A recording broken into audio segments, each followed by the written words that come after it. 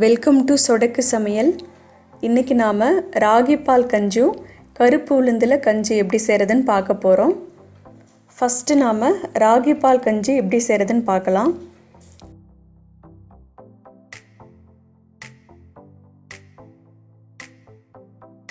ஒரு அரை கப்பு ராகியை 2 முறை நல்லா கழுவிட்டு நைட்டே ஊற வச்சுருங்க. காலையில் பார்த்திங்கன்னா ராகி நல்லா ஊறி வந்திருக்கும். அதை அரைக்கிறதுக்கு முன்னாடி மறுபடியும் ஒரு 2 முறை கழுவி எடுத்துக்கோங்க. அப்போ தான் எந்த ஒரு தூசு மண் எதுவுமே இல்லாமல் இருக்கும். இப்போது இது ஒரு மிக்ஸி ஜாருக்கு மாற்றிடலாம். ஃபஸ்ட்டு ராகியை மட்டும் அரைங்க, தண்ணி கொஞ்சம் கூட சேர்க்காதீங்க. ஏன்னா ஃபஸ்ட்டே தண்ணி சேர்த்துட்டிங்கன்னா ராகி அரைப்படாது. பாருங்கள், இந்த அளவுக்கு அரைச்சதுக்கப்புறம் கொஞ்சம் கொஞ்சமாக தண்ணி சேர்த்து நல்லா அரைச்சிக்கோங்க.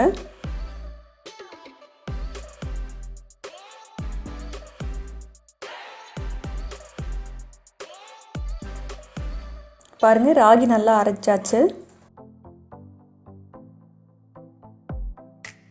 இதை ஒரு கப்பில் ஃபில்ட்ரு பண்ணி எடுத்துக்கலாம். இதில் ஒரு 2 டம்ளர் அளவுக்கு தண்ணி சேர்த்துக்கோங்க.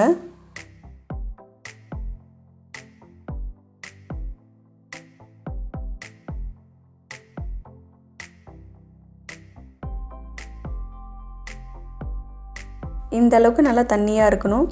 ஏன்னா ராகி கஞ்சி கொதிக்க கொதிக்க நல்லா திக்காயிடும்.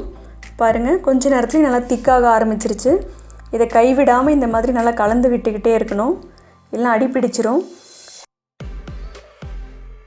சப்போஸ் திக்காயிடுச்சுன்னா கொஞ்சமாக சுடு தண்ணி சேர்த்து இந்த மாதிரி நல்லா கலந்து விட்டுக்கோங்க. இந்த ராகி கஞ்சி 6 மாதத்துலேருந்து 1 வயசுக்குள்ளே இருக்கிற குழந்தை கொடுக்குறதா இருந்ததுன்னா உப்பு சர்க்கரை எதுவுமே சேர்க்காமல் கொடுங்க. 1 வயசுக்கு மேலே இருக்கிற குழந்தைக்கு நாட்டு சர்க்கரையோ இல்லை உப்போ சேர்த்து கொடுங்க. இது வாரத்தில் 2 நாள் இல்லை 3 நாள் நீங்கள் செய்து கொடுக்கலாம். இதனால் குழந்தைங்க நேச்சுரலாகவே நல்லா வெயிட் கெயின் ஆவாங்க. பாருங்கள், சூப்பரான ராகி கஞ்சி ரெடி ஆகிடுச்சு. இதை நீங்களும் ட்ரை பண்ணி பாருங்கள். அடுத்தது உளுந்து கஞ்சி எப்படி செய்கிறதுன்னு பார்க்கலாம்.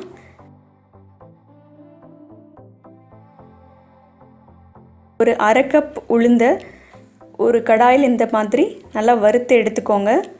காலையில் உளுத்தங்கஞ்சி செய்கிறதுக்கு நான் நைட்டே வறுத்து ஊற வச்சுட்டேன். சப்போஸ் நீங்கள் காலையில் ஊற வைக்கிறதா இருந்துச்சுன்னா ஃபஸ்ட்டு அதை நல்லா வறுத்துட்டு ஒரு 1 மணி நேரம் நல்லா ஊற வச்சு அதுக்கப்புறம் கஞ்சி செய்ய ஆரம்பிச்சுக்கோங்க. இப்போது வெள்ளைப்பாகு செய்திடலாம். நான் அரை கப் உளுந்துக்கு அரை கப் கருப்பட்டி எடுத்திருக்கேன். உங்கள் டேஸ்ட்டுக்கு ஏற்ற மாதிரி நீங்கள் கூட்டியே குறைச்சி எடுத்துக்கோங்க. கருப்பட்டி கரையிற அளவுக்கு தண்ணி விட்டுக்கோங்க.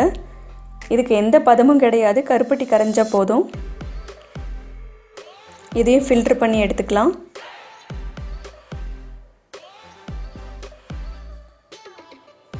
ஒரு கை உரலில் ஒரு சின்ன துண்டு சுக்கு, 2 ஏலக்காவை நல்லா பொடி பண்ணி எடுத்து வச்சுக்கோங்க.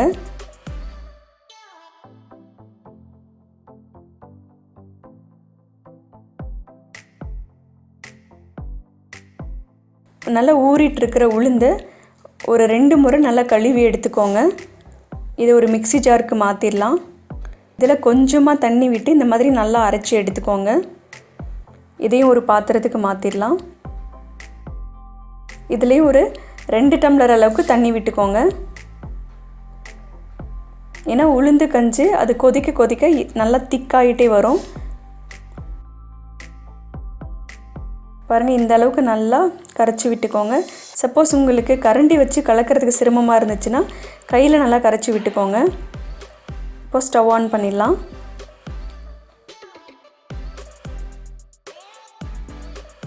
பாருங்கள், உளுந்து நல்லா கொதிக்க ஆரம்பிச்சிருச்சு.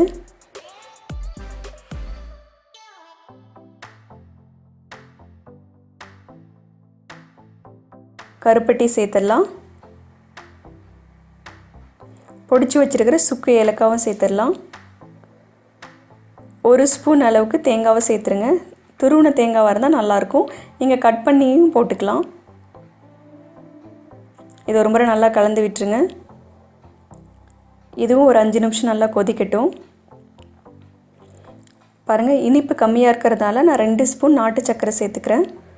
இது ஒரு முறை நல்லா கலந்து விட்டுக்கோங்க. பாருங்கள், உளுந்து நல்லா கொதித்து ரெடி ஆகிடுச்சு.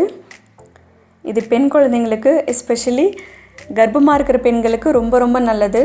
இது வாரத்தில் அவங்க ஒரு 2 டைம்ஸ் எடுத்துக்கிட்டால் அவங்களோட போனுக்கெலாம் ரொம்ப ரொம்ப நல்லது. இது பாருங்கள், சூப்பரான உளுந்து கஞ்சி ரெடி ஆகிடுச்சு.